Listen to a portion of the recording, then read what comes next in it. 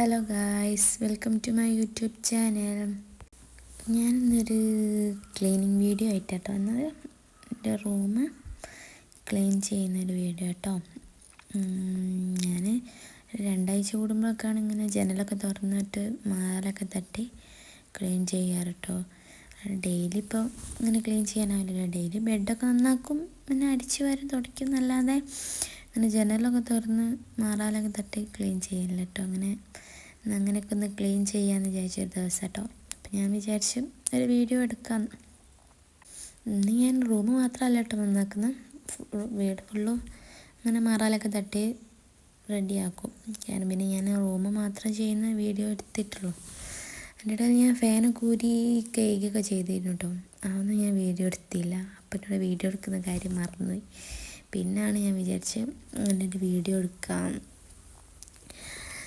അങ്ങനെ ജനലൊക്കെ നന്നാക്കി മാറാലൊക്കെ തട്ടിക്കഴിഞ്ഞ് ഞാൻ ബെഡൊക്കെ ഒന്ന് ക്ലീൻ ചെയ്യാനുണ്ട് കേട്ടോ. ബെഡ്മേൽ ഞാൻ മറ്റേ വാട്ടർ പ്രൂഫിൻ്റെ ആ സാധനം വിരിച്ചതാണ്.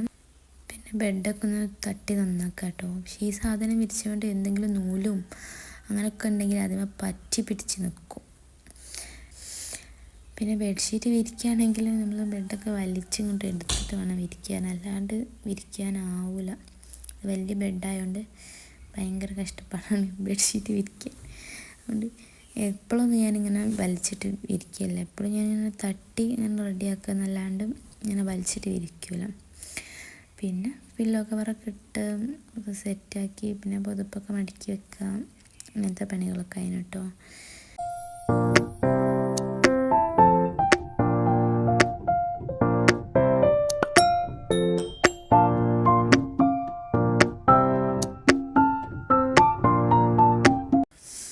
പിന്നെ ഇങ്ങനെ ഒരു സ്റ്റാൻഡ് ഇവിടെയുള്ള വലിയ ഉപകാരം കേട്ടോ. കാരണം എല്ലാം അയിമ കൊണ്ടുപോയിട്ട് വലിച്ചിടും, പിന്നെ എപ്പോഴേലേക്ക് നന്നാക്കുക.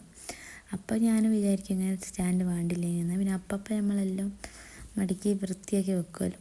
ഇതല്ലെങ്കിൽ ആദ്യം ഫുള്ള് അതിൻ്റെ മുകളിലോട്ട് കൊണ്ടുപോയിടും, പിന്നെ എപ്പോഴേലും തോന്നുമ്പോഴൊക്കെ എടുത്ത് നന്നാക്കുള്ളൂ. അതിൻ്റെ മുകളിൽ തന്നെ ഇങ്ങനെ ഈ നമ്മൾ അലക്കാനുള്ള ഡ്രസ്സൊക്കെ ഇടാനുള്ള ഇത് ഞാൻ അതിമ തൂക്കി വെച്ചതാട്ടോ.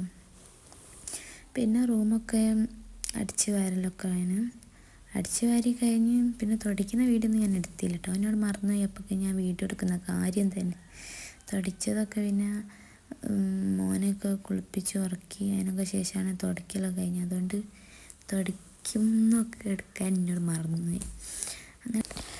അങ്ങനെ ബാത്റൂമിൻ്റെ അടുത്തുള്ള ചവിട്ടിയൊക്കെ മാറ്റി, പിന്നെ മോൻ്റെ തൊട്ടിലെ തുണി മാറ്റാനുണ്ടായിരുന്നു. അത് ഞാനിങ്ങനെ 2 ആഴ്ച കൂടുമ്പോഴൊന്നുമല്ല കേട്ടോ മാറ്റൽ. മൂത്രമൊന്നും ആയില്ലെങ്കിൽ ആഴ്ചയിൽ മാറ്റും, മൂത്രമായാൽ പിന്നെ അന്ന് തന്നെ എടുത്ത് മാറ്റും. അങ്ങനെ ക്ലീനിങ് ഒക്കെ കഴിഞ്ഞ് പിന്നെ ജനലൊക്കെ ഒന്ന് പൂട്ടി കർട്ടനൊക്കെ വിരിച്ച്. അപ്പോൾ ഇത്രയുള്ള വീഡിയോ ഇഷ്ടമാണെങ്കിൽ ലൈക്ക് ചെയ്യുക, ഷെയർ ചെയ്യുക, സബ്സ്ക്രൈബ് ചെയ്യുക കേട്ടോ.